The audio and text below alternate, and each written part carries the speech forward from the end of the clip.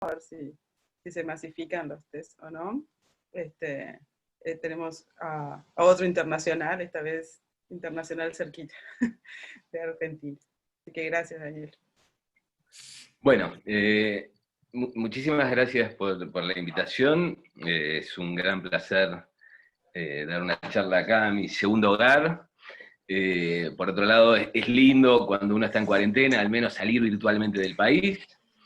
Y por otro lado, estamos muy contentos porque acabamos de colgar el trabajo, así que esta sería la primera presentación del trabajo, que fue en conjunto con Inés Armendáriz, que está ahí, y casi todos la conocen, Pablo Ferrari, que creo que no se ha podido sumar, y Silvina Ponce Dawson. Entonces, comencemos. Un poco la idea de la charla es contarle antecedentes, problemas similares a estos a los test secuenciales que vamos a ver. Después vamos a ver específicamente los test secuenciales anidados, algunos resultados y una conjetura, y si hay tiempo, un poco de discusión. Digamos, el tema empieza en 1943, cuando a raíz de la epidemia de sífilis en la Segunda Guerra, Dorfman plantea la idea de hacer pooling, donde esta idea era simplemente agrupar un conjunto de individuos en una etapa, ¿no? Y si son negativos, ya está, están todos sanos, pero si es positivo, después testear individualmente. O sea, en el fondo hacer dos etapas, la primera de un agrupamiento y después un testeo individual. Pero el trabajo es de 1943. Después en el 59, Sobel y Groll introducen varias etapas, pero pensando que se hace binary splitting, o sea que los grupos en realidad son de dos, ¿no? O sea, se parte de un grupo, no sé, de 100 y después se hacen dos grupos de 50, dos grupos de 25, etcétera, así, potencias de 2. En 1962, Chiang y Reeves empiezan a tratar el problema de estimación de la prevalencia, ¿sí? Donde el estimador más obvio para el problema es insesgado, y bueno, y entonces hay otras propuestas de cómo estimar. La idea acá era hacer pooling de mosquitos para ver qué porcentaje de los mosquitos tenían un virus y podían contagiar a las personas, y entonces en el caso de mosquitos está claro de que hacer pooling es útil, supongo por la técnica de cómo uno capta a los mosquitos, captar de a uno parece bastante complicado. Después en el 64 Finucane ataca el problema de pooling de varias etapas, pero da una cota para el número de test, no optimiza en cuál es el número de test óptimo cuando uno tiene muchas etapas, ¿no? Después en el 72 aparece el problema de pooling con errores de clasificación, o sea, cuando uno testea quizás puede tener falsos negativos o falsos positivos, y entonces le incorpora ese ingrediente, digamos, al modelo de Dorfman. Y después lo puse en rojo, porque la verdad es que no sé muy bien si el año es el adecuado, quizás fue antes. Se proponen testeos no secuenciales, ¿sí? O no adaptativos, y bueno, y aparece todo lo que tiene que ver con group testing combinatorio, ¿sí? Pero, insisto, quizás la fecha no es adecuada del tema. Un comentario es qué le pasó al paper de Dorfman, y lo que se ve si uno mira citas de Google en Scholar, del 43 a la fecha estuvo bastante olvidado, salvo en las últimas 2 décadas, y en particular, si ven de enero a mayo de 2020, ya hay un porcentaje muy alto de artículos, obviamente por el tema de COVID, mostrando nuevos resultados en relación a pooling. y algunos nuevos resultados, y otros insistir sobre la idea de que hacer agrupamientos obviamente es útil. El objetivo siempre, no importa si son testeos secuenciales o no secuenciales, el objetivo es claro, el objetivo es identificar cuáles son los infectados de un grupo. ¿Mm? Pero hay dos tipos de estrategias para atacar este problema, donde en el fondo uno dice, ¿qué es lo que me molesta más? ¿Sí? Me molesta más que los reactivos son caros y entonces quiero minimizar el costo, y ahí las estrategias secuenciales son muy útiles porque justamente usan información de los test anteriores para tratar de hacer menos test, pero existen otros tipos de abordajes donde lo que te interesa, imaginemos que se piensa hacer un test masivo en Uruguay, en Argentina, no importa dónde, y lo que queremos es muy rápidamente, pero muy rápidamente, decir quién está infectado y quién no. Y si estos test rápidos salen medio centavo de dólar, ¿sí?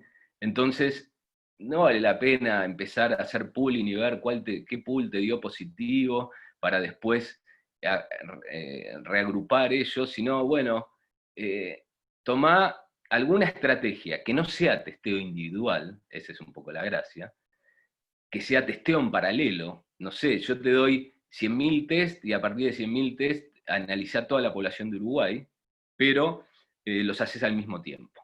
¿Está bien?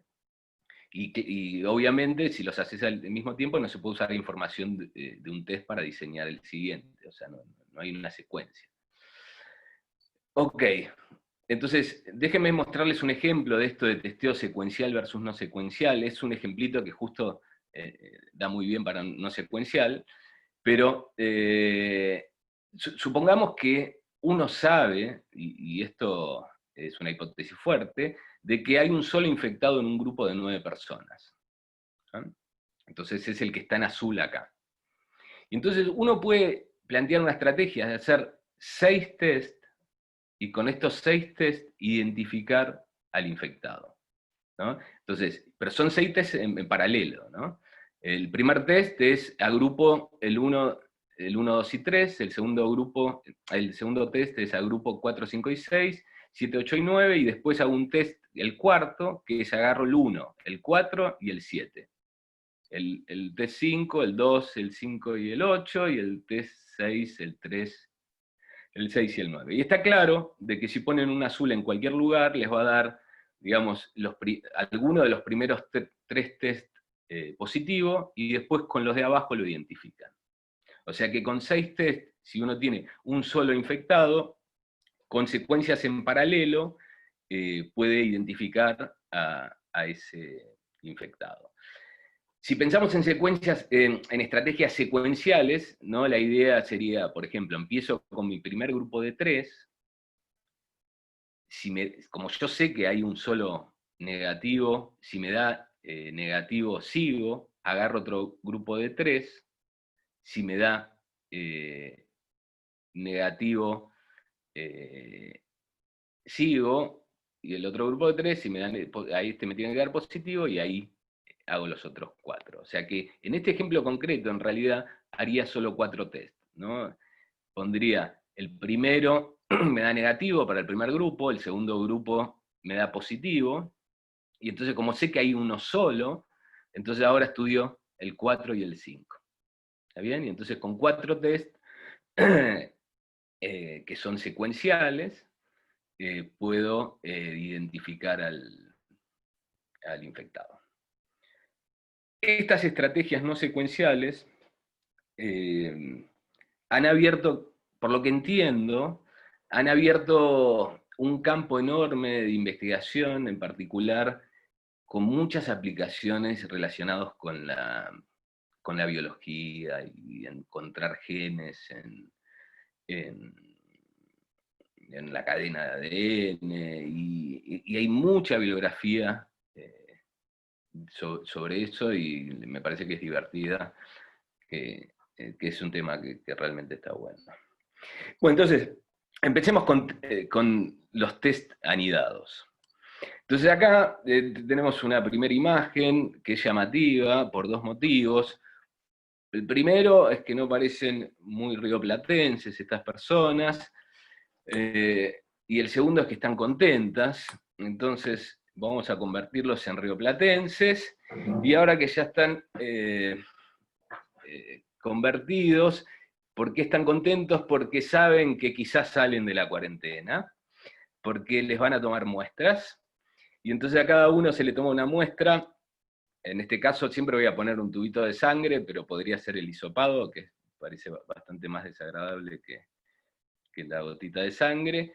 Y si tengo estas 20 personas, por ejemplo, podría separarlas en dos grupos de 10, junto la sangre de esos 10, si todos son sanos me va a dar negativo, en este grupo de 10, si todos son sanos en este grupo de 10 me va a dar negativo, si es positivo sabemos que al menos hay uno enfermo, y entonces ahí testeamos individualmente. Eso es Dorfman, ¿sí? Eso es 1943, es una estrategia de 2 etapas. La etapa 1 es juntar M1 muestras, y la etapa 2 es testear en forma individual. Pero uno podría decir, no, vamos a agregarle etapas. Si el primero me da positivo, entonces ahora, por ejemplo, como eran 10,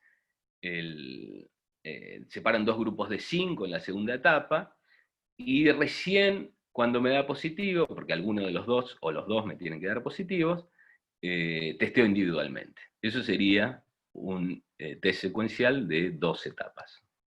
En realidad, perdón, de 3 etapas, 2 etapas de agrupamiento y una etapa individual.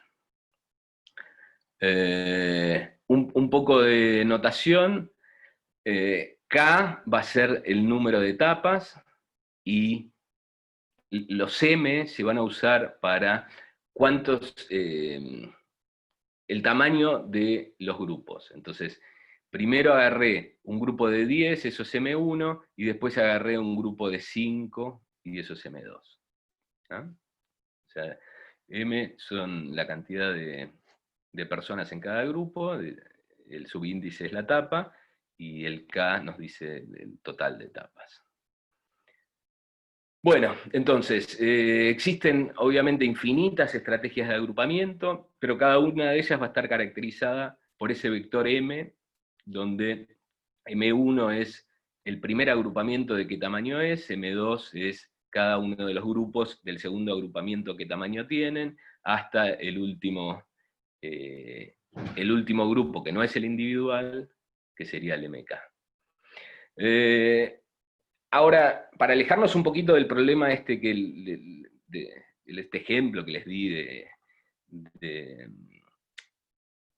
de secuencial versus no secuencial, donde conocía que había un infectado, obviamente en una población no sabemos cuántos infectados hay, así que, por lo tanto, cada individuo puede estar contagiado con probabilidad P. O sea, y el objetivo de toda esta charla es, dado un valor P, encontrar el vector M diamante, donde encontrar cuál es el tamaño de los pools óptimos, y eso incluye saber cuál es el K, cuántas etapas hay que tener para un dado P, ¿no? Para un dado P, no sabemos ni el tamaño de los grupos, y menos sabemos cuántas etapas son las óptimas, y óptima siempre es que minimizan la esperanza del número de test a realizar, ¿no?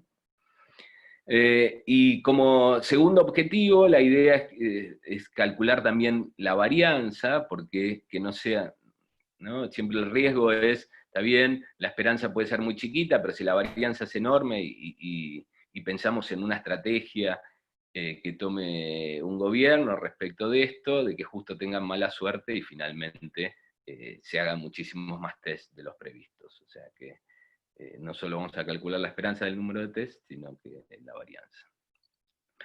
Un poco de intuición, por si ayuda. Nosotros al principio, cuando atacamos el problema, no teníamos esta intuición. Un poco sí, otro poco no. Así que voy a contarles un poquito. Por un lado, está claro que este M diamante, el óptimo, tiene que ser una función de P, ¿no? Cuanto más chico el P, el pool uno va a poder agrupar más grande. Y lo otro es que el número de etapas, ¿sí?, tiene que ser una función escalera decreciente. Eso quiere decir que a medida que vas achicando el P, vas a ir agregando etapas. ¿Mm? Parece razonable, pero no es obvio. Entonces, déjenme entonces ir sobre el primer punto, y para eso vamos a analizar a Dorfman, que era el proceso de una etapa, ¿no? Entonces, en Dorfman se juntan M1 personas, y la esperanza del número de test se puede calcular sin problema, y es 1 más M1, que es ese pool que uno hizo, que hay uno solo, ¿no? O hago un test, o hago M1 más 1 con probabilidad de al menos un infectado. Y en este caso, lo que siempre nos va a interesar es la esperanza del número de test por individuo, ¿no? Así nos sacamos el M1 de encima, en promedio cuántos test se hacen, estandarizado por el tamaño del pool. Entonces, la primera pregunta, Pava, es ¿cuándo conviene agrupar? ¿No? Porque uno suena que si la probabilidad es 0,99 de estar infectado, entonces agrupar no te va a servir de nada, porque ese primer grupo te va a dar seguro positivo, y entonces hiciste uno de más. Entonces, si uno mira el continuo de M1, y ya van a ver que hay el continuo de M1, o sea, algo que no es realista, porque M1 es el tamaño del grupo, y no podemos decir que el grupo es de 3.4, lo que se observa es que la esperanza del número de test por individuo es más chico o igual que 1, ¿no? Si es 1, testeo individualmente. Entonces quiero que eso sea más chico que 1. Es más chico que 1 si la prevalencia o la probabilidad de estar infectado es menor que 0.3078. ¿Sí? 1 menos 1 sobre 1 sobre n. Pero si pensamos en el discreto, ¿sí?, ahora M1 no puede ser cualquier valor, no puede ser E, y entonces nos queda de que va a tener sentido hacer pooling cuando la prevalencia sea un número parecido, pero más chico, 0,366. ¿Está bien? Y a lo largo de la charla, como queremos optimizar en el discreto, va a haber un juego entre entre lo terrenal y lo celestial. Por eso es que la notación va a ser, para el continuo vamos a usar estrellita y luna, ¿sí?, que nos va a dar idea sobre esa optimización discreta, y para el discreto vamos a usar el diamante. Entonces, vamos con la optimización de Dorfman, ¿sí?, que arriba está la esperanza, o sea que si derivamos respecto de M1, obviamente estoy pensando que M1 es continuo, uno obtiene una ecuación, no es demasiado linda, pero tampoco es demasiado fea, que, que a partir de encontrarle las raíces, determina el M1. ¿Está bien? Y se puede escribir mejor esta expresión al derivarla usando la función esta de Lambert, que hace un mapeo entre x y a la x y x. ¿Ah? Pero tampoco es necesario, digamos, usarla. Simplemente derivar, igualar a 0 y tratar de arremangarse de alguna manera para numéricamente resolver ese problema, ¿no? Analíticamente no sale.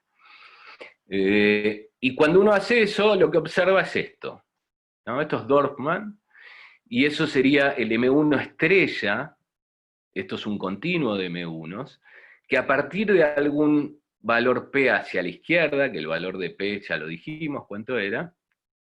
Te conviene ir tomando grupos más grandes, lo cual es obvio, ¿no? Pero algunos resultados, bueno, está en escala log-log, ¿no? O sea, por ejemplo, si la prevalencia es 1 por 10 a la menos 5, nos queda cerca de 500 el M1, por ahí. Pero también es llamativo, pero es que se conoce, fíjense que esto es casi lineal, ¿no? En log-log algo casi lineal es que va como P a la menos alfa. Y efectivamente eso es un resultado que está bueno, un detalle más. Estos valores son los que dijimos a partir del cual la prevalencia hace sentido agrupar, y justo el valor de M1 estrella para ese P es el número E, que sabemos que, bueno, no es discreto, por eso estamos en el estrella, digamos. Y ahí en rojo puse justamente la recta, la función P a la menos un medio, ¿sí? Efectivamente, M1 se comporta como P a la menos un medio, o sea, si uno conoce P, y si P es razonablemente chico, P a la menos un medio va a ser la mejor estimación para M1 estrella. ¿Mm? ¿Qué hay preguntas? Pregunten. Entonces, ¿qué sabemos sobre Dorfman? Sabemos que si P es más chico que eso, si P es igual, M1 estrella C, y acá hay un comentario, fíjense que acá dice, si P es igual a P estrella, M1 estrella vale E, y este M1 estrella, si P es igual a PC, es justo el límite cuando te conviene usar estrategia de pooling, ¿sí? Entonces te conviene tomar estrategias de pooling justo en ese P igual PC estrella, y ahí tenés que agrupar de a E. Pero si M1, en vez de agrupar de a E, M1 lo tomás como infinito, también obtenés que el número de test que haces es 1. Y esto es medio obvio porque es, bueno, si estás justo en el límite, tomar M1 infinito, es decir, bueno, agrupá todo lo que puedas. Y entonces, si vos agrupás todo lo que puedas, ya sabés que te va a dar positivo, hiciste un test más en infinitos, con lo cual ese peso es nulo y está bien que las dos sean soluciones a esta ecuación. Y si P es más chico que ese P crítico, digamos, el M1 dijimos que va como P a la menos un medio, el número esperado de test, cuando uno pone que M1 va como P a la menos un medio, es 2 por P a la un medio, y la esperanza del número de test es 2. O sea, ¿qué es esto? Que si vos usas la estrategia de conoces el P, bueno, entonces hace un grupo de P a la menos un medio, ¿sí? Siempre tus grupos van a tener una esperanza, siempre el número de test que vas a hacer va a ser cercano a 2. ¿Está bien?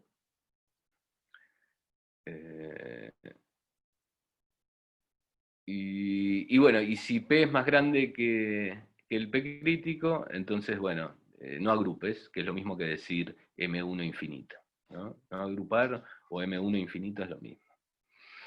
Ahora, el problema que queremos resolver es el discreto. Y entonces, suena razonable de que si este M1 estrella nos dio E, que el M1, en el caso discreto, ¿no? O es 2 o es 3, bueno, es 3, y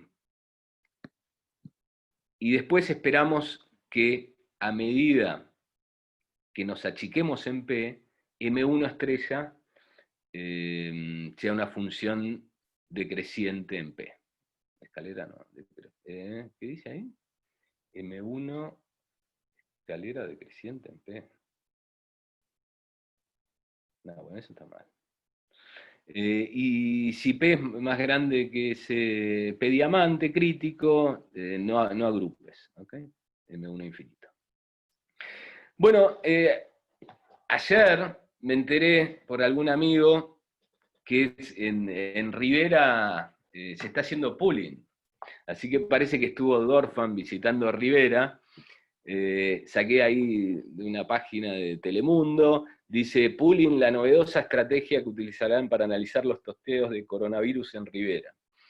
Los 1.100 test aleatorios que se realizan en la población de Rivera para evaluar la prevalencia del virus en la ciudad fronteriza serán procesados bajo la modalidad de pooling, una estrategia novedosa que permite tener resultados más de forma más rápida y de menor costo. En el caso de Rivera se resolvió agrupar hasta 4 muestras en un mismo kit de diagnóstico. Está buenísimo, es creo que de los primeros países de Latinoamérica que está haciendo pooling. Bueno, como cualquier... yo pensé que esto empezó, ¿no? Están haciendo Dorfman en Rivera, o sea, una etapa. Y bueno, está el novedoso, pensando en 1943, puede ser polémico, pero está buenísimo fuera del novedoso. Pero sí me parece interesante discutir apenitas ese 4, ¿no? O sea, alguien decidió que había que agrupar de a 4. Cambiando, simplemente una anécdota, ayer cuando me enteré de esto puse pooling Rivera y me saltó un paper en Archive de pooling de un autor Rivera de hace 10 días. O sea, lo que quiero decir con esto es que efectivamente hay mucha gente trabajando en pooling últimamente.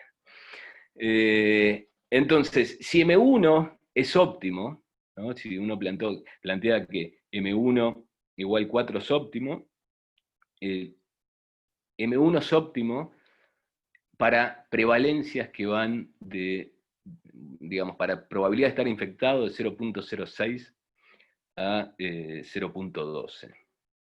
El costo, cuánto uno se va a ahorrar, con estas, digamos, si la probabilidad de estar infectado es esta, ¿sí? 0.06, harían 0,48, o sea, el 48% de los test que habría que realizar si uno los hace individualmente, y si la prevalencia es 0.1239, uno haría el 66% de los test que habría que hacer si uno los hace individualmente, o sea, se está ahorrando bastante, pero sacando de lado cuestiones biológicas no menores a la mezcla de las muestras, ¿no? O sea, acá hay dos cosas. Por un lado está en la historia de quiero minimizar costos o quiero minimizar test, pero por otro lado está pero a su vez quiero ser preciso, porque si hago un pool de 10.000 personas, el PCR puede detectar eso, y eso es todo un tema, ¿sí? Pero hay algún artículo que dice que si uno pone 32 muestras en PCR, se detecta, o sea, no tendrían falsos negativos, pero ya que se usó el M14, un comentario, es buena M14 cuando se espera que entre el 6% y el 12% esté infectado. Eso es, digamos, es un disparate, ¿no? O sea, que una población entre el 6 y el 12% esté infectado parece mucho. Por lo que me enteré, en realidad esto ya está en funcionamiento, se testearon cerca de 200 y hasta ahora no apareció ningún positivo. Entonces, obviamente la pregunta es si se podrá aumentar M1 para bueno, ahorrar más costos, digamos, y ser más rápido. Entonces, bueno. Un poco, bueno, voy a saltear esto porque vengo un poco lento, de por qué K diamante uno espera que sea una función escalera decreciente, o déjenme mostrarles solo este ejemplito, ¿sí? Supongamos que para K igual 1, para Dorfman, si tomamos este P, que es 0,001, se cumple que tenés que agrupar de a 100. ¿tá? Con lo cual, si tenés buena suerte, el número total de test es 1 porque te dio negativo, si tenés mala suerte es 101 porque después testeas en forma individual, y si uno pone la probabilidad de hacer solo un test, o sea que todos sean sanos, o lo contrario, uno obtiene que la esperanza del número total de test es 2. Entonces,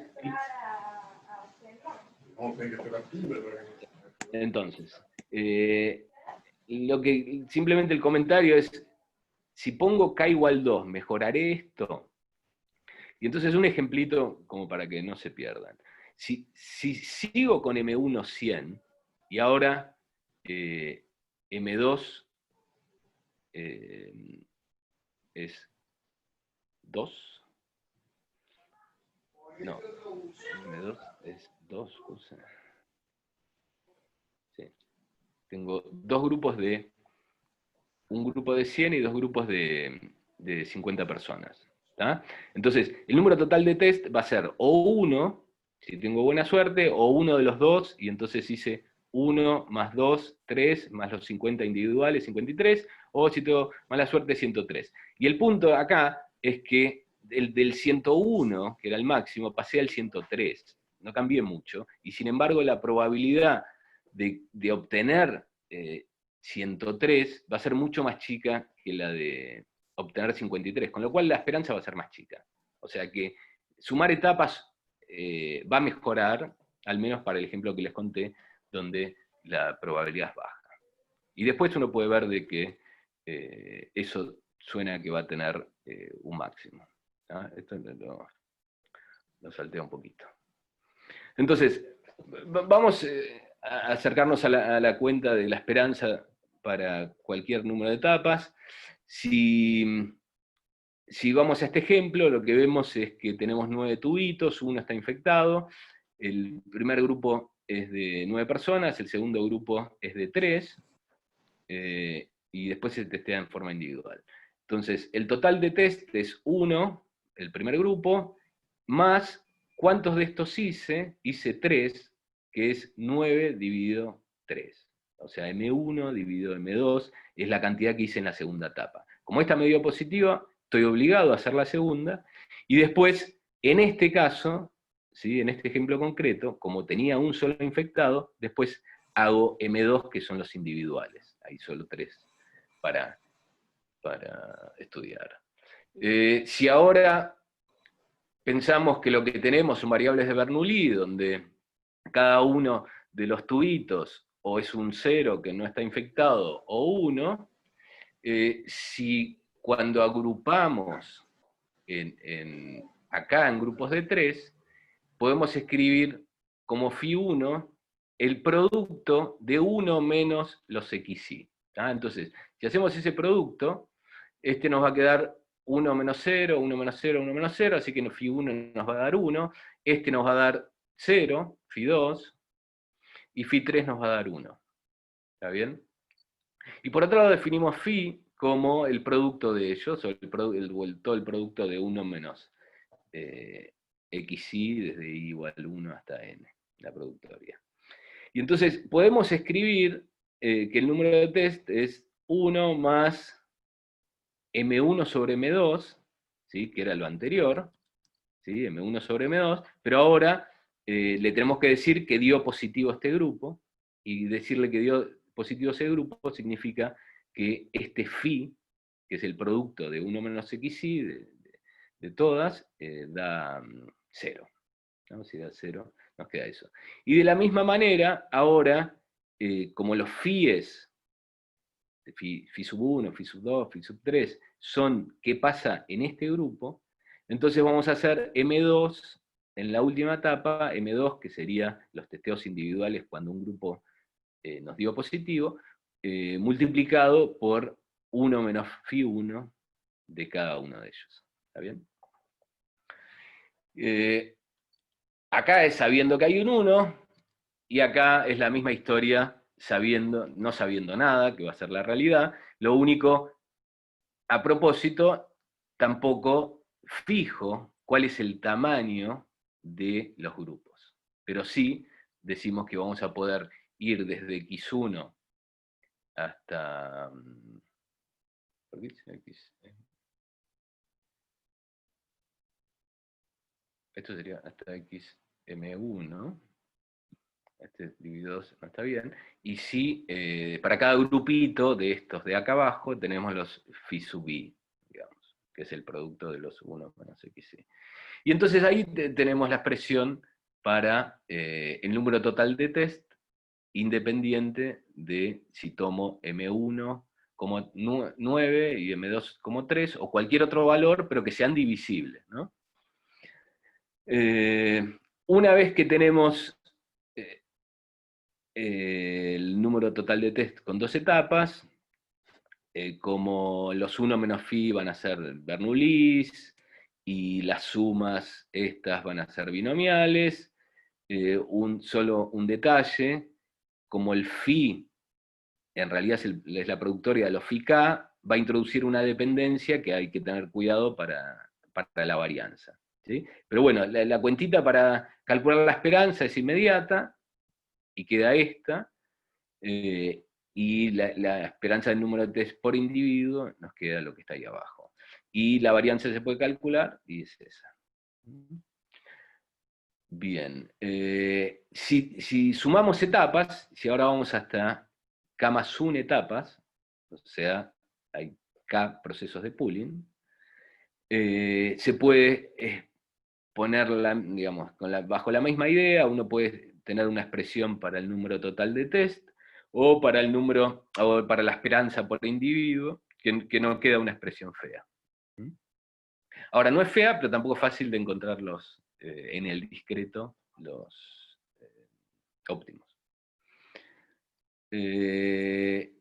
Y en el caso de k más 1 etapas, la varianza se puede dar una expresión bastante razonable si uno supone, para que no sea muy engorrosa la cuenta, de que el cociente de los, digamos, M1 sobre M2, M2 sobre M3, etc., es constante.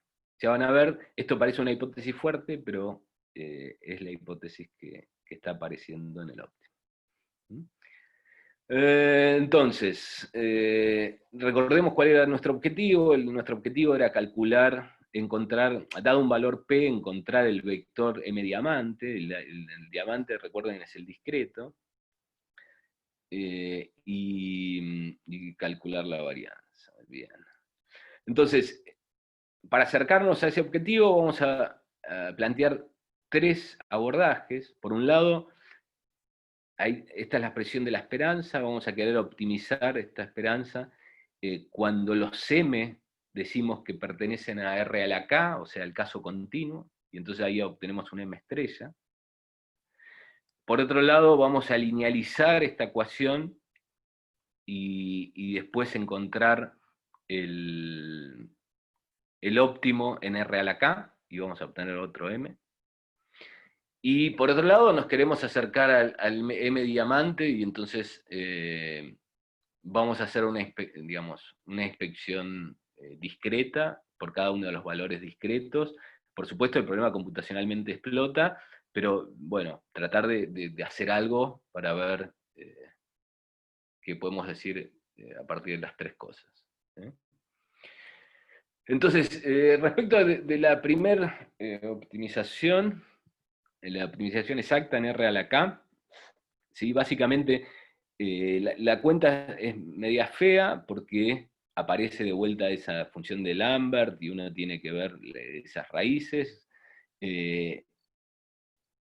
pero en principio se puede hacer, y acá les muestro, por ejemplo, para ciertos valores de P, cuánto da el cociente entre M2 y M1. O sea, lo que estoy calculando acá es la optimización de 2 etapas, ¿sí? No de K etapas, de 2 etapas, y en el caso donde los M pueden ser continuos.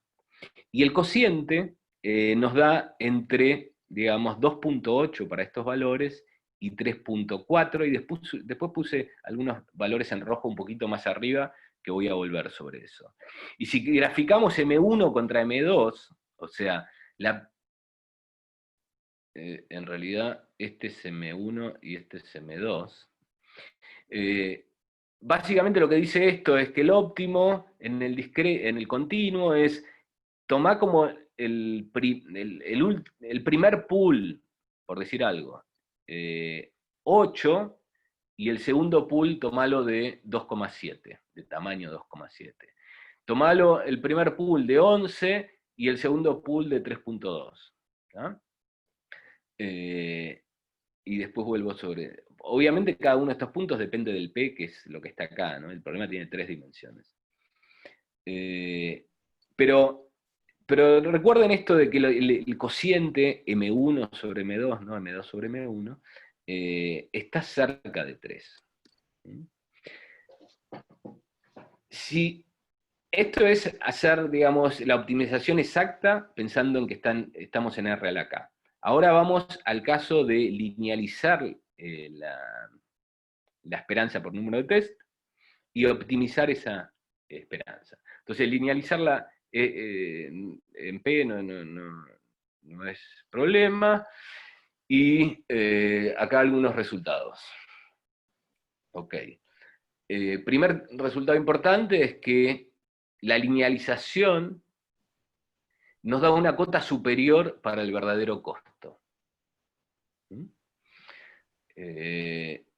Y después, bueno, se puede acotar el error. Y ese error depende de M a la K. Vamos a saltear un poquito eso. Entonces, si ahora buscamos cuál sería el óptimo del linealizado, ¿no? ¿Cuál es el argumento? Pero ojo que es en R a la K, no es en el discreto. Si buscamos ese óptimo, lo que encontramos es que los M, que son los que caracterizan a todo el pooling, van como P a la menos K menos J más 1 sobre K más 1, ¿sí? Y digamos, y el costo sería el que está abajo.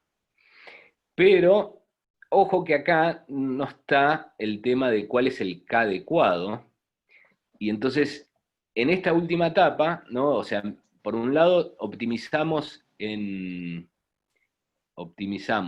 M, pero también hay que saber hasta cuántas etapas hay que hacer, y ese es el resultado que está acá, ¿sí? Entonces queremos encontrar cuál es el K lunita que minimiza el costo linealizado, pero pensando que K, de vuelta, ahora K es real. O sea que es artificial en el sentido de que el número de etapas no puede ser 2.8, pero lo vamos a poder arreglar un poquito.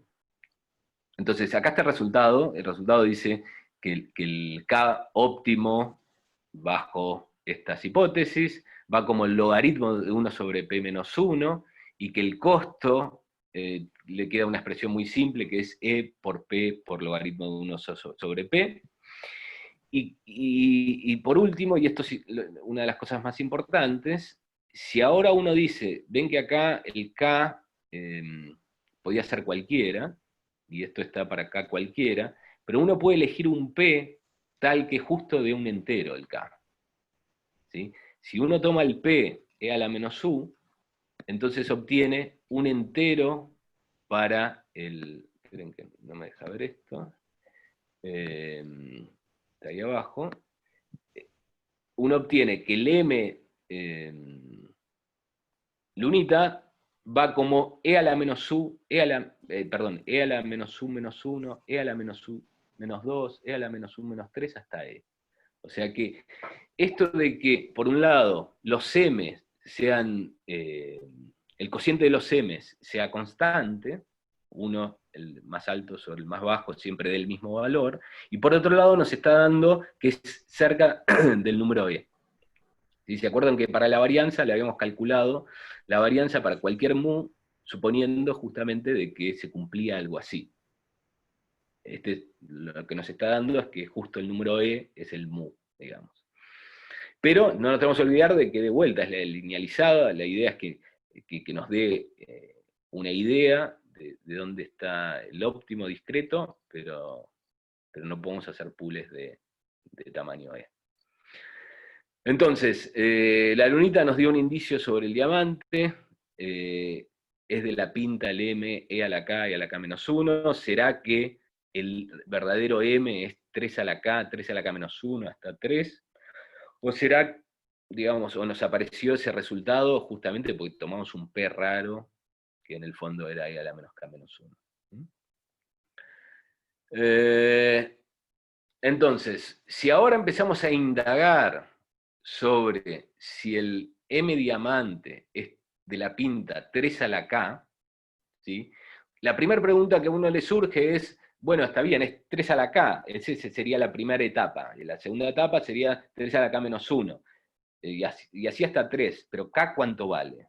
K es 3, K es 4, y entonces este resultado lo que dice es, si uno toma estrategias que vayan como mu a la K menos 1, mu, y uno quiere optimizar cuál es el mejor K, pero sobre D, nos queda que el K óptimo es la parte entera del logaritmo de mu, el logaritmo en base mu de 1 sobre el logaritmo en base mu de 1 sobre 1 menos p. Esto que parece súper raro, en realidad la demostración es extremadamente simple. O sea, acá, digamos, básicamente todo lo que cuento tiene que ver con, a partir de tener la variable aleatoria, número de test por pool, encontramos la esperanza, y todo sale a sacarle jugo a esa esperanza, o casi todo, digamos. ¿Mm? Y esa esperanza es ese D. Y entonces si uno hace la resta de los D, ¿sí? Y como quiere encontrar el óptimo, esto tiene que ser mayor que 0, y de ahí sale inmediato, digamos, ese K óptimo.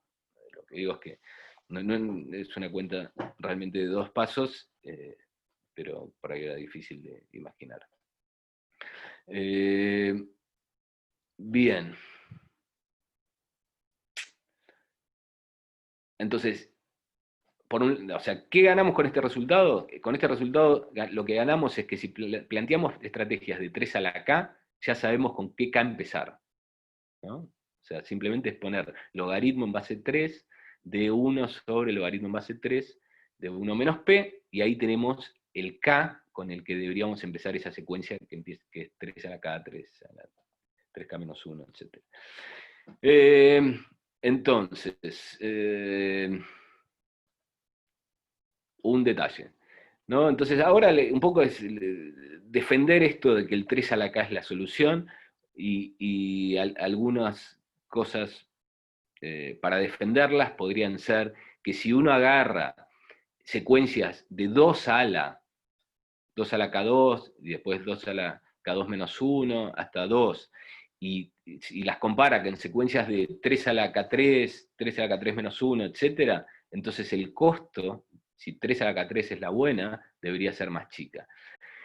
La única aclaración que hago es que K2 es el óptimo cuando las secuencias son 2 ala, y K3 es el óptimo cuando las secuencias son 3 ala. O sea, usamos la fórmula anterior para mostrar eso, y se puede mostrar gráficamente de que eso es cierto. 3 a la K le gana a 2 a la K, y después uno podría decir, bueno, ¿y por qué no comparás para arriba con 4 a la K? ¿Sí? 4 a la K4, y acá, para todo P, en el intervalo que sirve, digamos, donde vale la pena agrupar, siempre que es de 0 hasta ese 30 que había aparecido al principio de todo, salvo un pequeño intervalito, que ahora puede parecer raro, pero después van a entender de dónde sale. Esta estrategia es mejor que, digamos, el 3 a la K es mejor que el 4 a la K. Salvo en un intervalito, que va de 0,1 básicamente a 0,12. Y ahora les muestro los resultados por inspección. ¿Sí? Entonces, los resultados por inspección, si uno, ¿no? Es esto de minimizar en forma discreta, pero como les dije, uno siempre puede decir, pero encontré el mínimo, no lo encontré, tengo dudas. Para P01, el M1 nos dio 9, el M2 nos dio 3, ¿sí?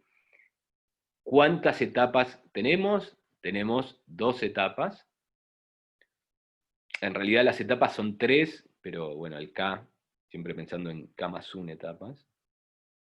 Y fíjense que cuando tomamos el log 3 de log 1 menos 3 y tomamos el piso o la parte entera, nos queda siempre igual que ese óptimo que salió numérico, es el óptimo de cosas. Y entonces si vamos bajando el P, 9 a la 3, 9 a la 3, 9 a la 3, 12 a la 3, y después aparece 27, 9, 3, ¿no? 3, 3 cuadrado, 3 cubo. Después para P más chico, 3, 3 cuadrado, 3 cubo, 3 a la cuarta, y sigue. Y lo que está en gris es la predicción, ¿no? Decir, bueno, ok, si le creemos a las 3 al algo, entonces yo ahora sí es mucho más fácil optimizar porque busco sobre secuencias del tipo 3 a la K y ya obtenemos eso. Entonces, 2 cosas respecto a esa tabla. La primera es, acá está la varianza que habíamos calculado antes, ¿sí? Porque, y acá está, bueno, perdón, el desvío, ¿no? La varianza, y acá está la esperanza. Fíjense que es del mismo orden. Lo cual eso es algo bueno porque dice, ok, con esta estrategia óptima no voy a tener ese riesgo de hacer toda una movida y finalmente que salga un desastre porque la varianza es muy grande. O sea que eso no pasa. Y la segunda observación es que, sí, todo bien con las estrategias 3 a la K, pero acá me estás mostrando que hay una que no es 3 a la K. Para 0.04 queda 3, empezá con un grupo de 12, y después tenés que hacer grupos de 3. ¿Sí? Y voy a hacer un comentario sobre eso, pero el resto son del 3 a la K. ¿Está bien? En este gráfico lo que se muestra es cuáles son estos óptimos que están acá, digamos, cuál es el valor de D en el eje Y, en el eje X el P, los puntitos representan las inspecciones discretas, ¿no? Tratar de encontrar a fuerza bruta ese mínimo, y la curva negra es justamente la función E por P por logaritmo de 1 sobre P, que aparecía como el mínimo de linealizado. ¿Sí? Este que estaba por... ¿dónde está? Uy, ya me fui lejos. Bueno, no importa, créanme que era ese. ¿Dónde está? Bueno, ahora lo quiero encontrar. Este. ¿No? Ahí en la ecuación 6. Y cuando hacemos eso, vemos que efectivamente el ajuste es realmente muy bueno. O sea que si bien el linealizado, sabemos que obtenemos valores de m raros, porque pueden ser continuos, lo que tiene que ver con el costo de esta esperanza del número de test por individuo, ajusta súper bien. Acá está en escala log-log y acá en chiquito está en escala normal, salvo en el eje X que es escala logarítmica, y los colores representan, ¿no?, cómo vas sumando etapas. Entonces en negro tenés 2 etapas, rojo 3 etapas, 4 etapas, 5 etapas, 8 etapas, 10 etapas, o sea, efectivamente a medida que el P es más chico, sumar etapas en este pooling secuencial es bueno. Y entonces ahora, para tratar de terminar, vamos con la conjetura. Y la conjetura básicamente lo que dice es, las estrategias óptimas son del tipo 3 a la K o del tipo 3 a la K, perdón, 3, vamos de vuelta. Las estrategias son 3, 3 cuadrado, 3 cubo, 3 cuarta hasta 3 a la K óptimo, o 3, 3 al cuadrado, 3 al cubo, 3 a la K menos 1, y el último, el M1, en vez de ser 3 a la K, es 3 a la K menos 1 por 4. ¿Sí? Si miran esta tabla, 3, 3 cuadrado, 3, y acá sería 3 a la K menos 1, que en este caso nos quedaría 3 por 4. ¿Está bien? O sea, el único detalle es que decimos, acá hay un intervalito de P's que vale eso, pero hay muchos más. ¿Sí? Y esos intervalitos los podemos describir. Podemos decir cuándo es 3 a la K y cuándo es 4 por 3 a la K menos 1. Básicamente, ¿de dónde sale esa cuenta? De vuelta, de sacarle jugo a la esperanza. De decir, cuándo la secuencia 3 a la K es igual a, digamos, el costo es el mismo de la secuencia 4 por 3 a la K menos 1. ¿No? Y después siempre el resto es lo mismo. Y de ahí, básicamente, se obtiene un polinomio, que hay que encontrarle las raíces, y para ¿qué es lo de abajo? Ah, y el otro salto, ¿no? Es de 3K más 1 a 3K menos 1. O sea, paso de 3, por decir algo, de 3 a 9, después paso de 3 a 12, y después paso de 3, 9, 27. Entonces, resolviendo esas ecuaciones tenemos los lambda, entonces para que se queden bien, digamos, para que la idea quede clara de qué dice la conjetura, está esta imagen. Entonces, ¿qué dice la conjetura? La conjetura dice que si, ¿no? La parte verde es cuando no hay que hacer pool, ¿no? Si la prevalencia es menor que 0.3, no hay que hacer pool. Si es más chica, y estás entre ρ1 y lambda 1, ρ1, 0,3 y lambda 1, entre 0,12 y 0,3, te conviene usar la estrategia 3 a la K. Lo único, el K va a empezar siendo 1. O sea, acá hace un grupo de 3. Acá está Rivera, hace un grupo de 4. ¿Cuándo conviene hacer un grupo de 4? Cuando la prevalencia está entre 0.1098 y 0.12. Hay un intervalo muy chiquito para el cual es óptimo usar una agrupación de 4. Después, si estás en este otro intervalo, que es el intervalo que va entre 0.04 y 0.10, usa la estrategia 3 a la, o sea, hace un primer grupo que sea de 9, de 3 al cuadrado, y el segundo grupo de 3. Si estás en este otro grupito, que es, bueno, entre el otro lambda y otro rho, entonces usa una estrategia que sea 3, perdón, un primer grupo que sea 3 por 4, 12, y el segundo grupo que sea 3. Si estás en el otro intervalo, 3 al cubo, 3 cuadrado, 3. En este, 3 al cuadrado por 4, 3 al cuadrado, 3. Este, 3 a la cuarta, 3 al cubo, 3 al cuadrado, 3. O sea que, primera observación, los grupitos, donde, digamos, los intervalos donde es óptimo, 4 por 3 a la K menos 1 son muy chiquitos. ¿Sí? Hay infinitos, pero son muy chiquitos. Y bueno, y los tenemos caracterizados. Y para terminar, entonces, quizás esta última figura que está abajo resume un poco todo, ¿sí? O casi. Entonces, esta figura es cuál es el K3 óptimo, o sea, pensando que, o sea, entonces, primera cosa, supongamos que estos intervalitos chiquitos nos los olvidamos por un rato, ¿sí?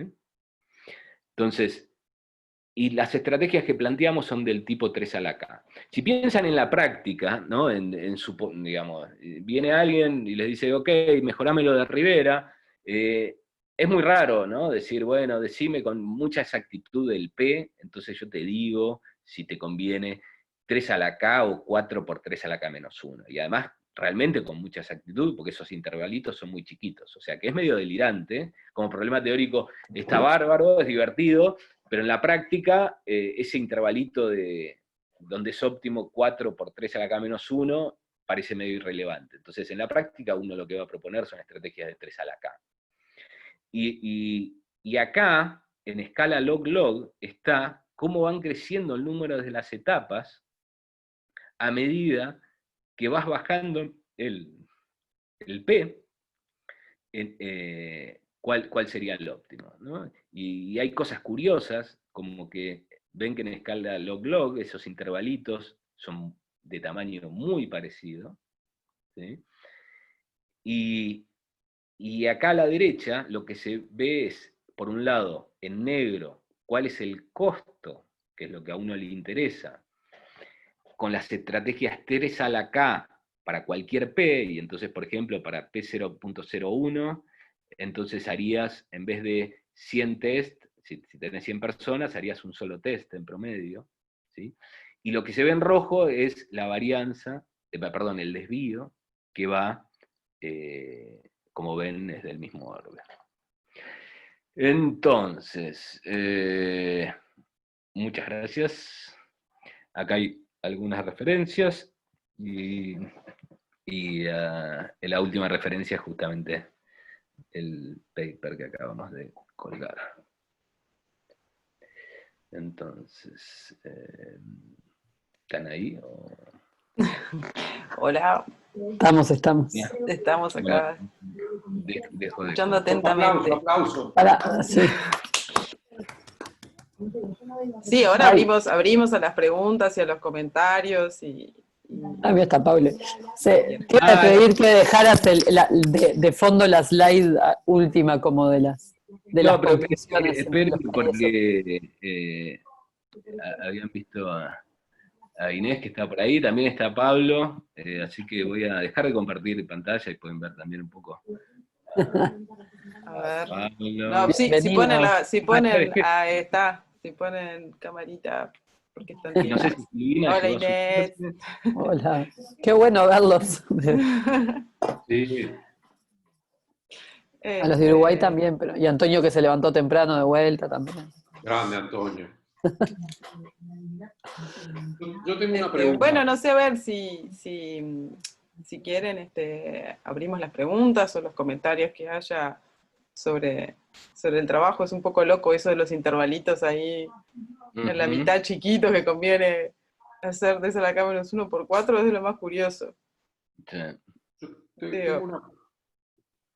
Adelante, Cacho. Sí, y pregunta y comentario. No, primero Hugo decía, que está en el Pasteur, que el problema hay dos cosas, ¿no? Lo que presentó Daniel creo que está bueno porque nos ayuda a matematizar una intuición, me parece que son resultados súper interesantes. Lo de los intervalitos aparece siempre cuando uno hace, siempre no, pero a veces cuando uno hace optimización en enteros, ¿no? Entonces se parte y se estabiliza. Pero lo que yo quería decir dos cosas. La primera, desde el punto de vista práctico, y quizás Hugo pueda agregar, el problema no es un problema matemático, el problema es un problema tecnológico, ¿no? De cuando uno junta el moco y bueno, digamos, y el problema de los falsos, de equivocarse, el costo es altísimo por las consecuencias epidemiológicas que puede tener. Entonces, no sé, Maine estuvo trabajando en eso, quizás pueda abundar, pero yo creo que lo que hicieron en el Pasteur es formidable, digamos. En principio había muchas dudas de que se pudiera dar un resultado y estoy seguro de que si ellos lo agruparon es porque probaron y saben el resultado que están diciendo, y no matemáticamente, sino en realidad. Y lo segundo, y en dirección con eso, es que quizás lo que se puede agregar es al análisis matemático ahora estadístico, es un análisis de errores, digamos, que puede dar otro criterio de optimización un poco más modesto que el de simplemente agrupar test y está claro, digamos, yo tengo una prevalencia muy baja, yo recibo 1000 muestras y parto en 2, pero eso nada más. Y muchas gracias a Daniel y a todos los colegas que están residiendo en Argentina por participar. Ok. Bueno, gracias por el comentario. Sí, coincido completamente y nosotros, en general, quizás la charla no fue clara, somos muy cautelosos respecto de cuánto de esto se puede llevar. De hecho, algo que me olvidé de poner en los slides es todo lo que contamos es cuando la probabilidad de falso negativo y falso positivo es 0. ¿Sí? Y no es menor no es menor el comentario. Tendría que la próxima vez no te olvides. No, estoy de acuerdo, en el trabajo está. Y el otro comentario es, sí, por supuesto que mandarse una estrategia de test masivo, si uno no está seguro que la probabilidad de falso negativo es extremadamente chica, podría ser una locura. Si ese 4, digamos, ese 4, estoy de acuerdo, y tiene que ver con que habrán testeado que la probabilidad de falso negativo es extremadamente baja. Mi único comentario respecto de eso es, hay un trabajo que dice que hasta 32 se puede llegar, pero bueno, eso es pura biología y puro de estas mezclas y tener los cuidados que tienen ellos, que la verdad es que no sé, quizás... ¿Puedo decir algo, Daniel? Sí, por favor, ahí está Silvina. Ok. No, estuve toda la charla, pero con la cámara apagada. Bien. Bueno, este trabajo en realidad fue motivado por un proyecto que hay todavía en la Universidad de Rosario, donde la técnica que ellos plantean de detección del virus es la que se llama PCR digital, que tiene mucha más sensibilidad que la que se está usando ahora, porque lo que hacen es toman la muestra y la mezclan con un aceite y la subdividen en un montón de nanogotas y se puede detectar. Se probó en otro tipo de cosas que detecta cantidades minúsculas del RNA y además sirve para cuantificar. Pero además uno de los problemas que hay con la PCR es la interferencia que hay en la detección, porque puede haber inhibidores de la polimerasa, y con esa técnica aparentemente se baja muchísimo el efecto de los inhibidores. Entonces, el tipo de errores que nosotros estamos discutiendo que puede haber con la gente más biotecnológica, es que tal vez hay alguna muestra que no está bien tomada, porque bueno, es difícil tomar la muestra nasofaringea. Yo ahora estaba pensando, justamente porque hubo un preprint sobre análisis de cloacas y que se detecta el RNA del virus en las cloacas y que sirve para predecir si tal vez no podría tomarse de la materia fecal, que podría ser 1000 veces más fácil que la nasofaringea, pero tal vez está más diluido todo. De todos modos, volviendo a la nasofaringea, puede ser que esté mal tomada. Entonces, el problema es si está mal tomada, ahora, actualmente también sucede eso con la PCR normal, y entonces la información que se le da a la persona es, te salió positivo, te salió negativo, o no te puedo informar, porque no tengo suficiente material para decidir si sos infectado o no. Y la forma de verificar eso es que además de medir el RNA del virus, se mide un RNA humano que está con mucha prevalencia en el tipo de muestras que se toman. Entonces, medir el RNA humano te permite ver si la muestra está bien tomada o no. Después hay un montón de incertezas vinculadas a la carga viral y al momento de la toma de la muestra, porque la carga viral dura alta durante pocos días. Bueno, después supongo que dura más o menos alta en casos más graves. Pero para la detección temprana, también hay una incerteza del momento en el que se toma la muestra. Entonces uno siempre puede decir, ahora te dio no infectado y capaz que al día siguiente te da infectado. O sea, hay muchísima incerteza en la detección ya de por sí, por toda la evolución de la carga viral en el cuerpo. Pero en función del error en la toma de muestras, nosotros lo que estábamos evaluando era si se podía hacer, porque el problema con la PCR digital, nosotros suponemos que no va a haber falsos positivos, eso tendríamos que investigarlo un poco más, pero sí que podría haber falsos negativos, y entonces en un pool, porque además falsos positivos es como que al tener muchas etapas de volver a medir, como que lo corregís, porque te da un pool, te da positivo, suponete que fue falso, y después vos lo subdividís y en algún momento te vas a dar cuenta que no te siguió dando positivo, porque lo retesteás muchas veces. Entonces el falso positivo sería menos problema que el falso negativo, que es que un pool te da negativo, tenés un montón de muestras metidas ahí, escapó indetectado una cosa que era en realidad positivo. Nosotros suponemos que ahí se te escapa más que nada porque la muestra está mal tomada, no por la poca sensibilidad del método, por esto de que, bueno, este estudio que se hizo experimental en Israel mostró que con la técnica ahora de la PCR cuantitativa, que no es la digital, se pueden mezclar hasta una muestra infectada con 31 no infectadas y detectar bien, e incluso en muchos casos 64 se puede mezclar. Ellos fueron probando en potencias de 2. Entonces, mezclar 32 daría como cierta seguridad, y tal vez con la PCR digital se podría mezclar más, y en caso de comprar esos equipos, habría que hacer primero todo una validación, ¿no? Y un análisis de la sensibilidad del método y del tamaño que podés mezclar, etcétera, etcétera. Pero entonces la posibilidad que nosotros estamos viendo de detección, de determinación de si está mal tomada la muestra, o sea, porque lo que nosotros queremos es ver si solamente podemos informar los positivos, porque si nosotros pensamos que no hay falsos positivos, entonces podemos informar con cierto nivel los positivos. Lo que no podemos informar con ese nivel de confianza son los negativos. Lo que queremos discriminar en los negativos es si es que es negativo, que lo damos con confianza, o si es que no podemos tomar. Entonces,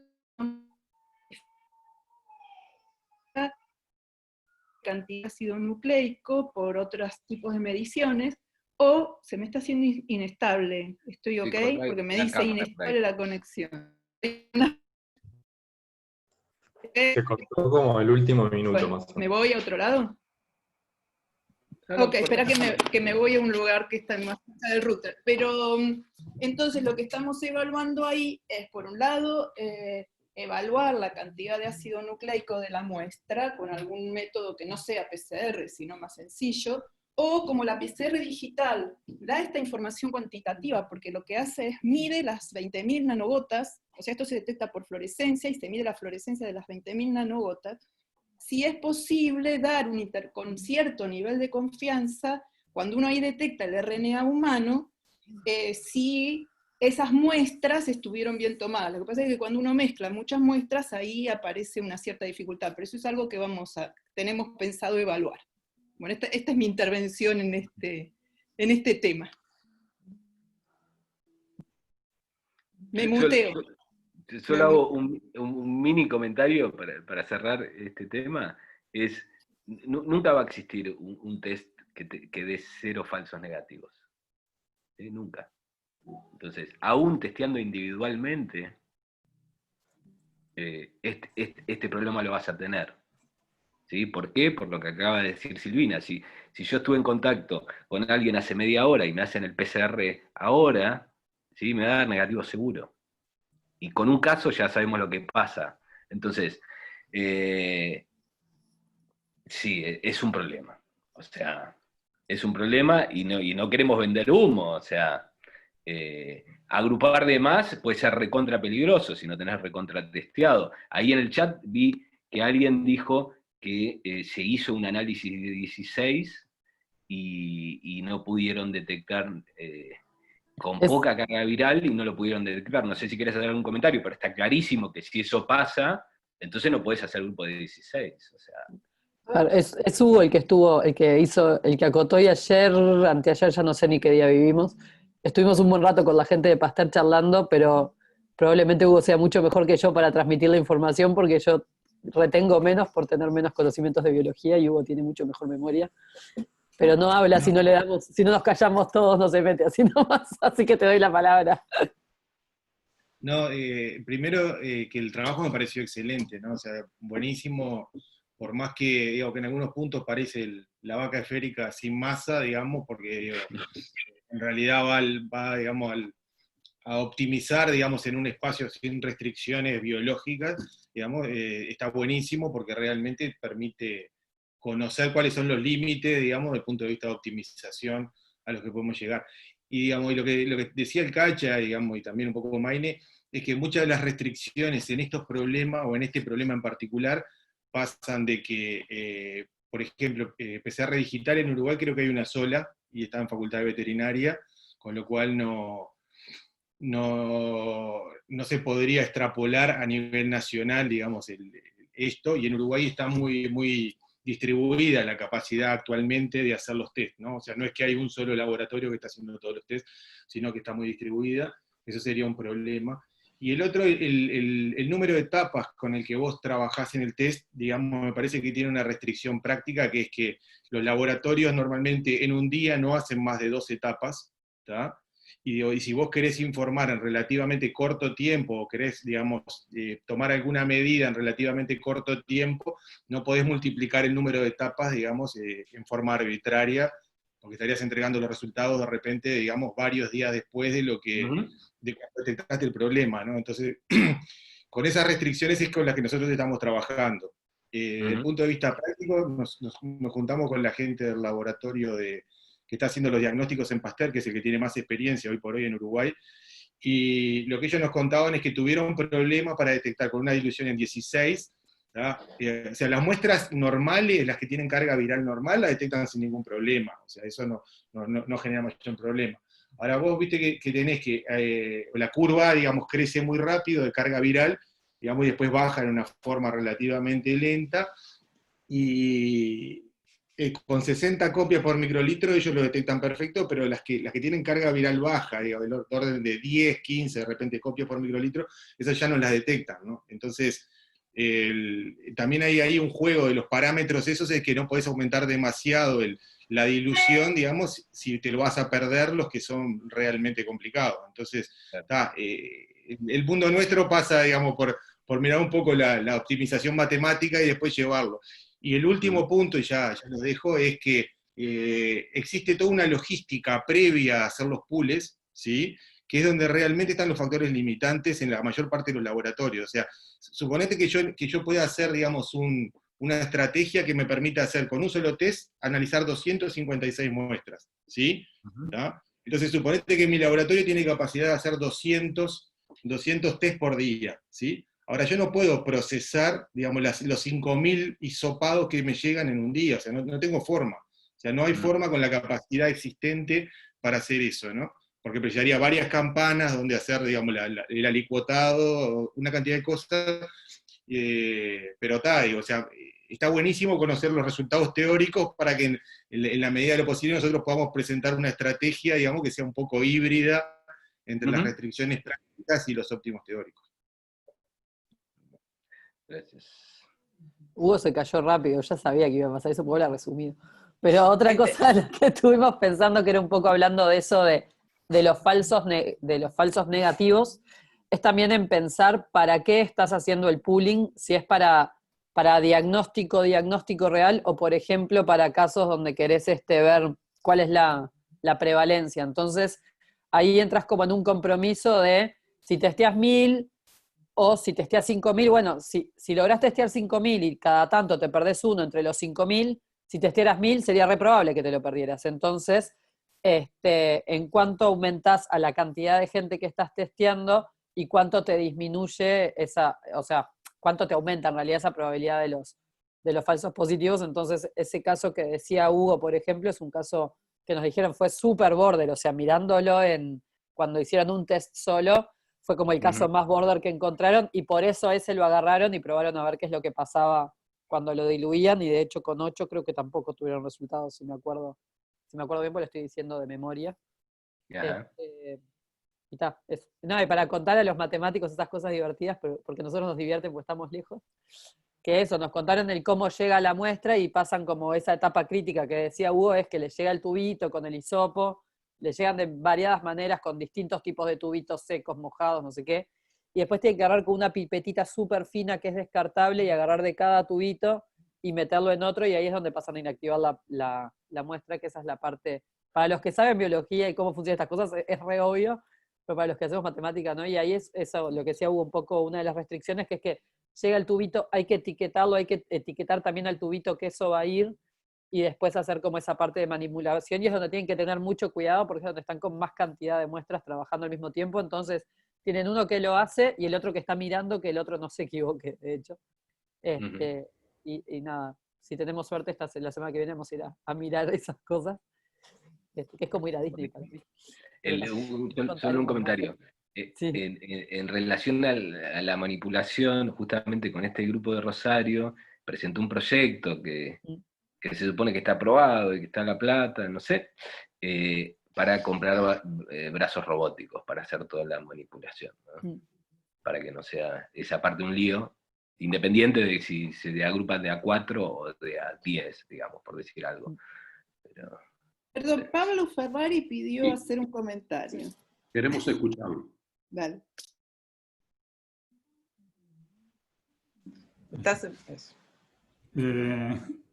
Me encantó lo de la vaca esférica sin masa, que es nuestro objeto de estudio esencialmente, ¿no? No, la nuestra es una contribución matemática hasta ahora. Tiene ciertas aspiraciones de ser aplicable, pero realmente no hay garantías.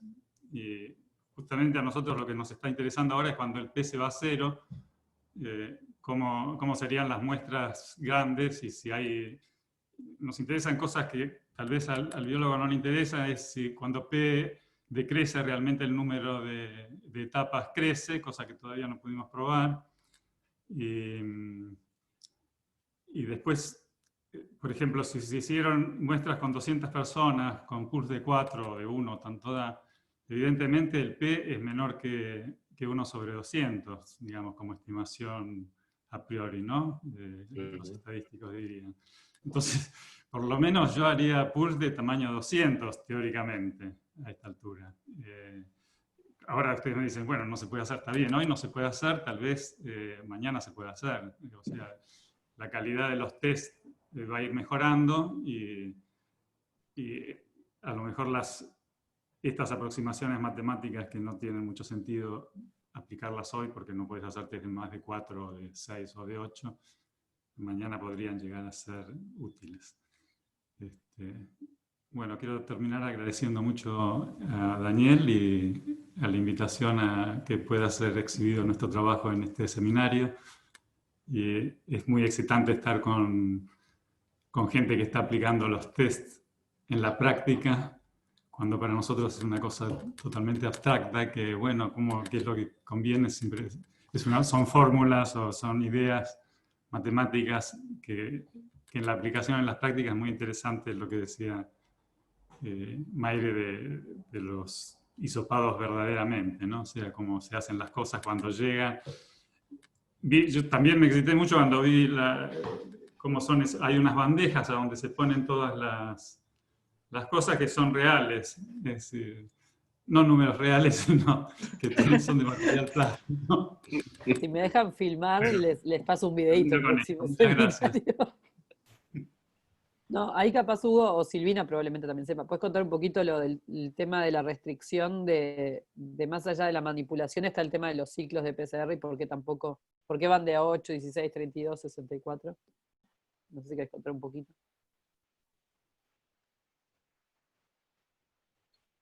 Silvina, contá. ¿No? ¿por qué prueban las diluciones en potencias de 2? La verdad que no lo sé, pero supongo tal vez que tiene que ver con el hecho, lo de las repeticiones, uno va... ¿vos querés La prueban por contar? el tema de los ciclos, Silvina.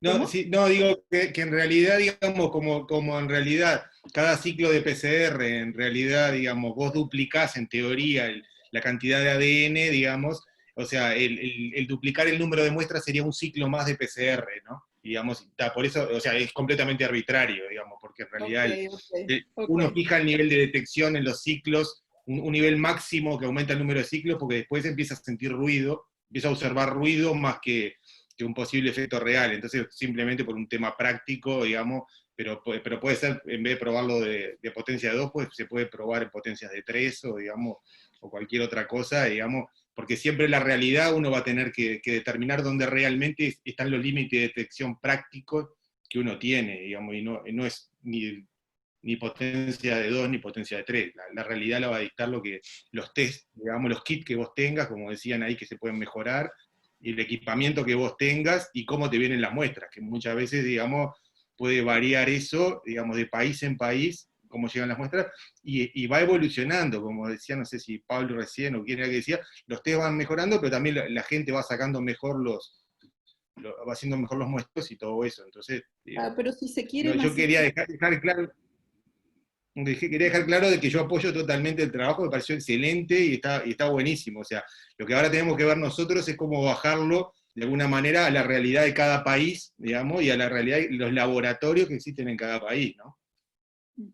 También pasa que si se quiere masificar, va a empezar a tomar muestras más gente. O sea, va también menos experta tal vez. Pero bueno. Y después está el tema de qué es lo que uno quiere hacer con esta información. Porque, ¿para qué queremos saber testear tanta gente? Supongo que después vamos a imponerle alguna restricción a su movimiento o alguna cosa así. Y ahí, bueno, está el tema de si quieren hacer eso los gobiernos o no. Sí, ahí, nada, otro detalle chiquitito, pero sí preguntamos un poco cuántas muestras mal tomadas. No tenemos así como un número exacto, por ahí circulaba un 4 sobre 4.000 o algo así, pero en realidad no sé si fue bien en Uruguay ese. Pero nos dijeron que había re pocas muestras en las que no levantaran el ARN humano, el de control, digamos. Que Claro, son el de muy control. poquitas los que la muestra, pero igual que la muestra estuviera bien tomada, igual podía pasar que no hubieras agarrado ARN. Y después decía otra cosa y me olvidé. No importa. Era sobre eso también, pero me olvidé.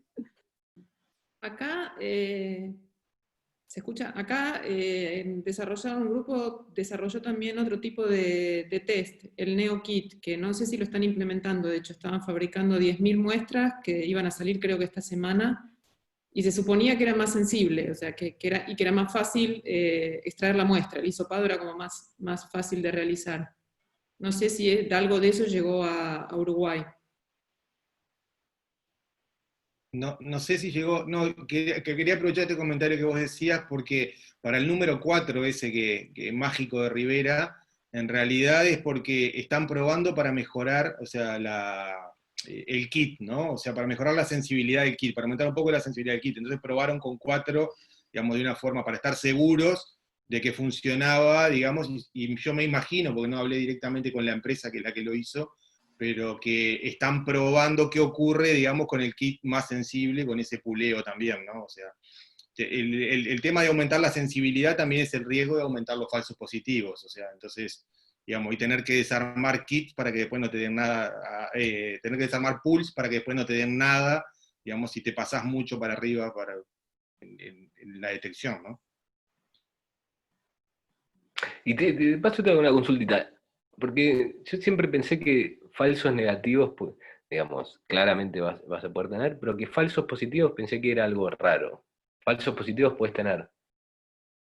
¿Cuál sería la lógica de por qué falsos positivos, si no tenés el virus?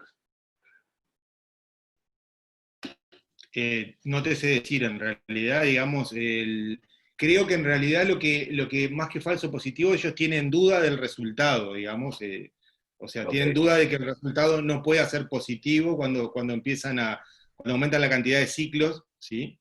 ¿tá? Y, digamos, y no queda dudoso, o sea, queda dudoso el resultado, digamos, no queda descartado de que sea negativo. Ok. Bueno, puede también haber contaminación, ¿no? Por eso toda la manipulación, la limpieza de las o sea, cómo se usan las pipetas, etcétera, etcétera, es súper importante, porque encima cuando preparás tantas veces las muestras, o sea, tenés que tener mucho cuidado de no contaminar con Claro. otras. Son descartables. Te entra una... Claro, sí. Ahora, hay Toda la una cosa, manipulación de los robots, etcétera, ¿no? hay una cosa técnica matemática. El costo del combinado en la licuadora tenés que darle más vueltas. En la batidora, no sé ese aparato que tienen, Hugo. Eso es lo que decía el ciclo Hugo. El número de Es ciclos, más caro digamos. el combinado, ¿eh? No, el número de ciclos. Sí, eso no cambia mayormente, o sea, el costo, digamos, porque es que el aparato haga más ciclos, pero digamos, pero el costo no está en los ciclos del aparato, digamos, en última instancia. Lo que, no sé si te queda claro, Cacha, o no. Entendí. Sí, sí. Pero más Está, tiempo lleva. está. Lleva un Pero poco, sí, claro, lleva más tiempo nomás, lleva un poco más de tiempo. No, lo que no incorpora nada de esto, digamos, a la optimización, pero está claro, son los costos iniciales que no se diluyen, ¿no? O sea, digamos, los costos de hisopado, por ejemplo, son, digo, por más que el costo, digamos, manual, lo que hablábamos con Maine, el costo, digamos, de transferir cada una de esas muestras para armar los pools, etcétera, digamos, eso tampoco, digamos, se diluye linealmente, ¿no? O sea, eso... Esos son costos que son fijos por el número de individuos que vos tenés. Entonces, la reducción por puleo, de alguna manera, tiene que incorporar también esa lógica, ¿no? Hay costos, digamos, de personal que vos lo tenés puleando ahí, ¿tá? También está todo el tema del error, o sea, la posibilidad de incrementar el error con diseños complicados. Nosotros estuvimos analizando algunos otros tipos de diseños no secuenciales, o sea, no adaptativos, por ejemplo, de matrices. También, digamos, tenés que de alguna manera intentar minimizar los posibles errores de pipeteo y de transferencia, ¿no? Porque después, si tenés un error, aunque lo puedas detectar, te implica muchas veces tener que desarmar todo el pool para poder detectarlo, y eso te lleva de vuelta a costos y tiempos, digamos, que incrementás. Es como no sé, una sensación extraña de que es difícil pasar directamente la optimización matemática a la lógica biológica práctica, ¿no? Estaba por ahí Enrique Leza, que me parece que tenía algunos comentarios para hacer, dado su participación en el chat. Enrique, adelante. No, es eso nomás, lo que puse en el chat, no tengo más para decir. Me pareció muy bueno el trabajo y además siempre las cotas estas técnicas, que son obviamente determinantes, se pueden ir moviendo, mejorando la tecnología o un equipo que haga confianza, etcétera, etcétera. Tampoco sean barreras insalvables, ¿cierto? Entonces, dentro de esas cotas, uno puede trabajar con un modelo que informa sobre cómo podría optimizar el enfoque, ¿cierto?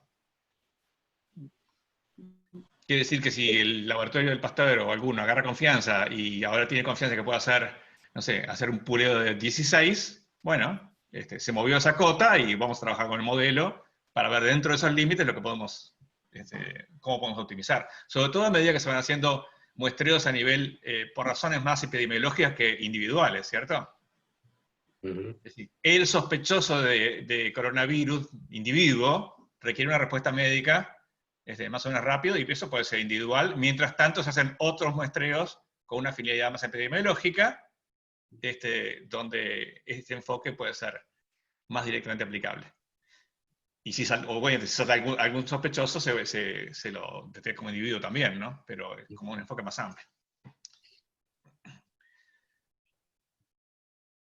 También en algún sentido uno puede decir, bueno, yo...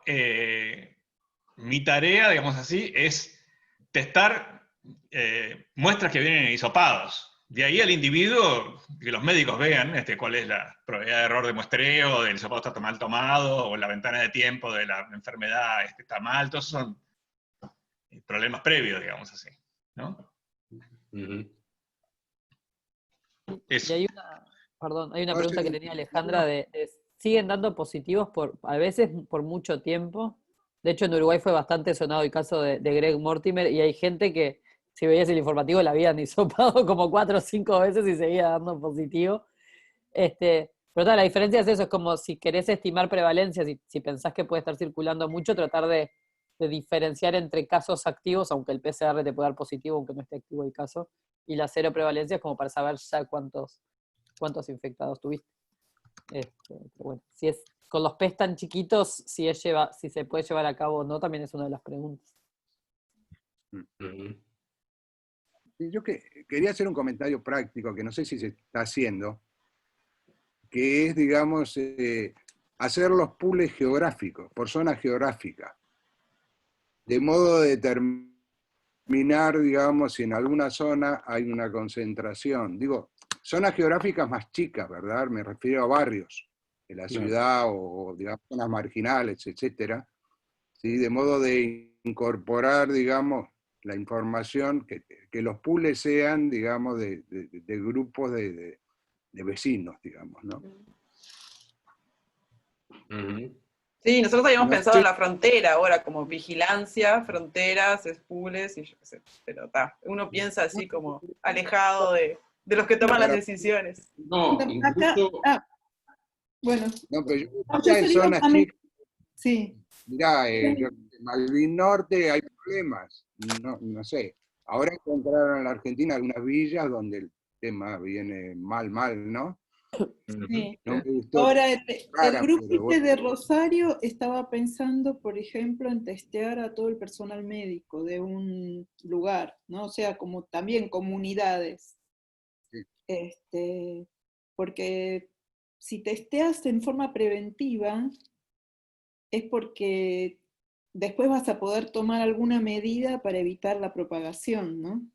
Sobre esa comunidad. Entonces, qué sé yo, si testeas a todo el personal sanitario de un hospital, puedes tomar alguna decisión sobre qué haces, si siguen atendiendo, no siguen atendiendo, cómo separás, etc. Entonces está esa idea de comunidad, de testear por comunidad.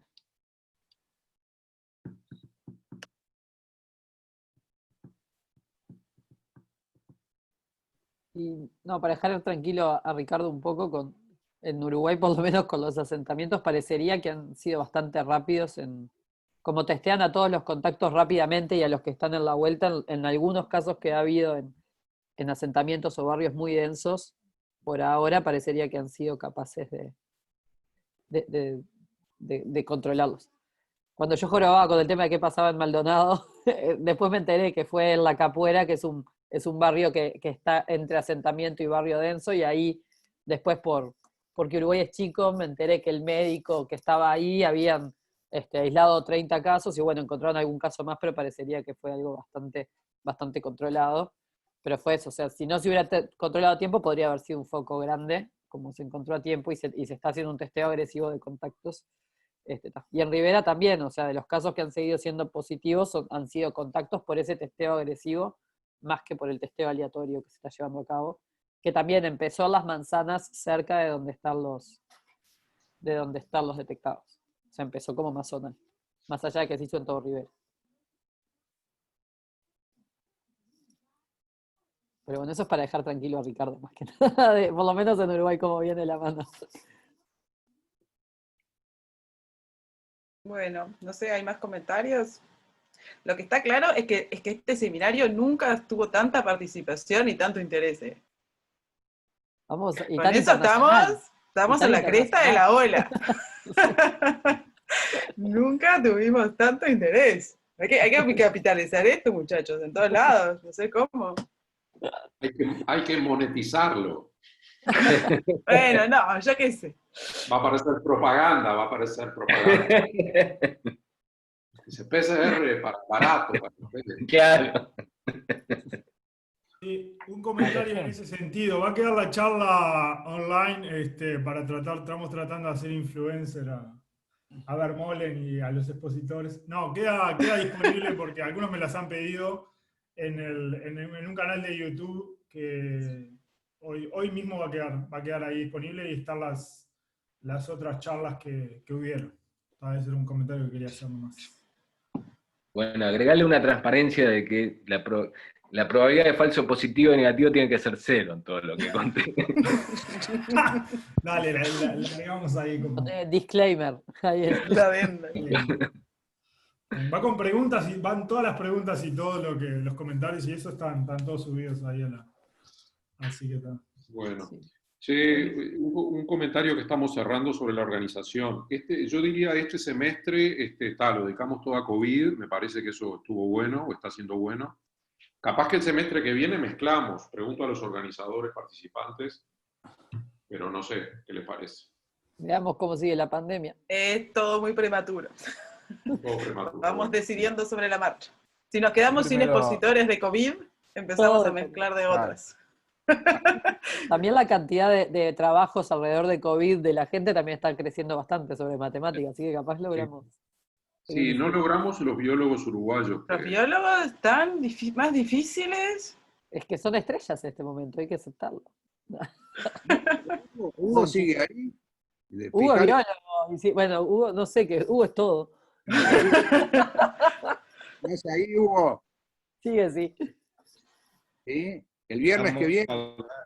No, el viernes próximo lo tenemos a la Biel de Francia, Marc. Pero el otro está libre. En 2 viernes, Hugo. No, yo no aparezco más en público. Hay una camada más joven que tiene cosas para presentar. ¿Vos conoces yo a presento alguien, a los que Hugo? presentan. Yo presento solamente a los presentadores nomás hasta el punto. Oíme, Hugo, ¿pero tenés alguna sugerencia? No, digo, hay que pensar a ver quién puede ser que sea medio nexo entre las dos cosas. Digo, capaz, la gente de modelos tiene alguna cosa. Digamos, si no, podemos decirle también a Daniel Gianola, si querés, que está jorobando mucho con las estimaciones y Ya le dije. la curva todos los días. A Daniel yo lo invité, a Daniel yo lo invité, me dijo que no, y ahora va a dar una